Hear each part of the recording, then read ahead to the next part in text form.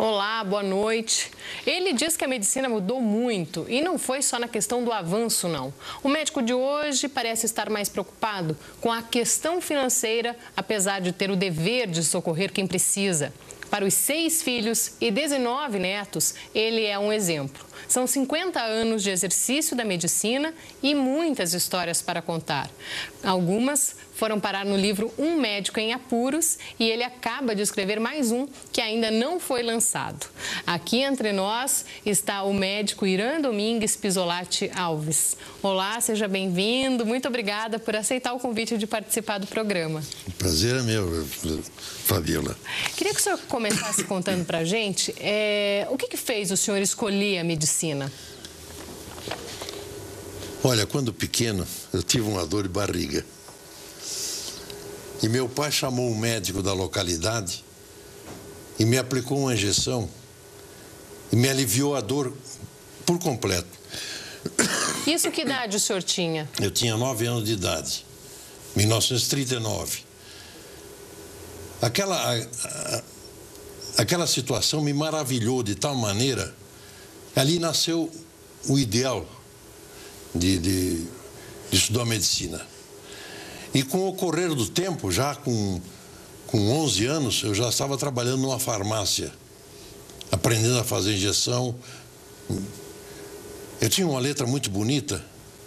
Aliás, eu entrei na farmácia antes, lavando vidro, que era o serviço de garoto, né? Eu tinha uma letra muito bonita, então o papai me passou para o rotulário, que consistia em copiar a receita do médico. O médico receitava, passava no rótulo.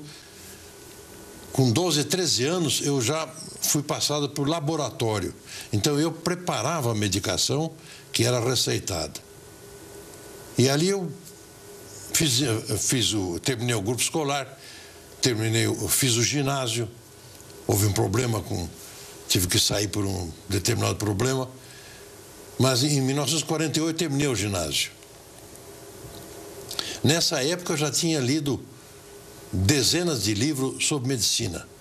Daquele meu ordenadinho lá, que eu ganhava meio salário mínimo, que já naquela época transformou em cruzeiro, eu comprava livros, e assim eu tinha lido dezenas deles já. Livros que tenho até hoje. Depois terminado o ginásio, eu precisava ir para uma cidade grande.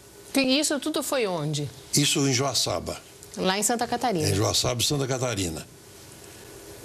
E através do Exército é que eu pude vir para Curitiba, apesar de quererem que eu fosse para o batalhão de guarda no Rio de Janeiro. Então, no Exército, um dia inteiro de exercício, estafante. À noite, depois da janta, eu pegava um bonde. Era lá no portão, o quartel. Eu pegava um bondinho, 7 quilômetros, e vinha para o centro de Curitiba estudar no Colégio Iguaçu. Voltando à meia-noite, 1h da madrugada.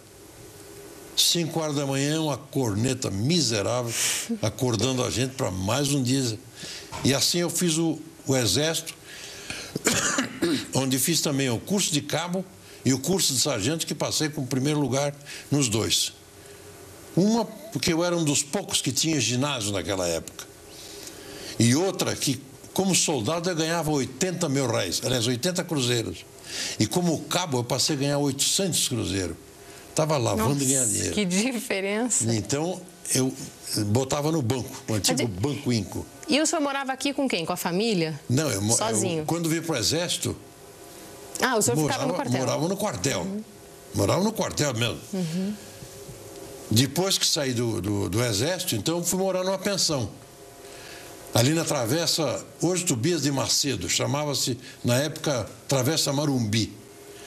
Uma pensão de madeira, 4 andares, e o meu quarto era lá numa meia-água. Mas bastava ouvir uma sirene para ficar apavorado, né? Eu tinha um medo de incêndio tremendo, né? E o senhor tem ainda? Tenho ainda, sim, tenho. Então, ali, saí do Exército e fui procurar um emprego. E achei numa casa lotérica que tinha hoje na rua 15 de novembro, tinha ali a Casa Lotérica Brasil, quase na esquina com o Dr. Muricy. Meu serviço ali eu pagava de pensão 400 cruzeiros. E eles me pagavam, o ordenado era 400 cruzeiros. Mas eu tinha uma reserva do tempo do quartel, então podia pagar o colégio com aquilo. Ali o meu serviço na Casa Lotérica era vender bilhete, varrer a loja, varrer a calçada, enfim, atender. E ali eu fiz amizade com muitos compradores habituais e fiquei sabendo de um que era secretário do Hospital da Cruz Vermelha. Eu trabalhava em farmácia, sabia aplicar injeção, sabia fazer curativo. Eu perguntei para ele: escuta, não estão precisando de um enfermeiro lá? Dias depois ele me disse: olha, sobe lá em cima, fala com o doutor Prestato Taborda Ribas, e ele vai te dizer. Fui lá de imediato, né? Fui lá, ele disse: não, realmente estamos precisando de enfermeiro aqui, viu? O senhor pode vir trabalhar. E quanto é que vamos pagar? Não, pagamos 400 cruzeiros. Eu digo: negativo. 400 eu pago de pensão. Aí diz ele: olha, eu estou realmente precisando de um enfermeiro. Então você vai trabalhar, vai morar aqui. Tenho um quarto aí onde toda noite dorme 2 acadêmicos de sextonista. Eles dão plantão toda noite, troca 2 acadêmicos. Eu vou botar mais uma cama lá e você vem morar ali. No outro dia eu estava lá de mala, cuia e buia. Nossa. Aí fui trabalhar no Hospital da Cruz Vermelha como enfermeiro. Antes mesmo de começar o curso de medicina? Não, medicina ainda estava longe, né? Ainda tinha que fazer vestibular. Eu ia fazer o segundo científico, né? Hospital com 18 enfermeiras. Eu, único enfermeiro.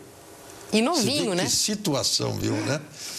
Então, dado o respeito que eu tinha com elas e o respeito que eu me fazia me respeitar, 3 meses depois o diretor me chamou e disse: você vai passar a ganhar 700 cruzeiros. E ali eu estudava à noite, então era 12 horas de trabalho, 7 da manhã, 7 da noite, com 1 hora para descanso para o almoço. Era o único hospital de pronto-socorro de Curitiba naquela época. Era o Hospital da Cruz Vermelha, tinha um pronto-socorro. Não existia Cajuru, não tinha hospital de clínicas, não tinha coisa nenhuma. Então, isso em que ano, doutor Irã, mais ou menos? Isso em 52, 53. Eu fiz o exército em 49, em 1950 eu estava trabalhando já, e 51, até 52. Aí, trabalhando 12 horas por dia.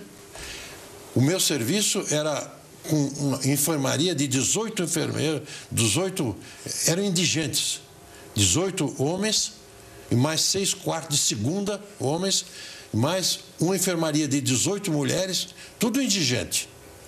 E tinha os apartamentos de primeira, os quartos de primeira e o apartamento. Mas o meu serviço era lá com esses indigentes. Ali eu aprendi muito medicina, aprendi demais.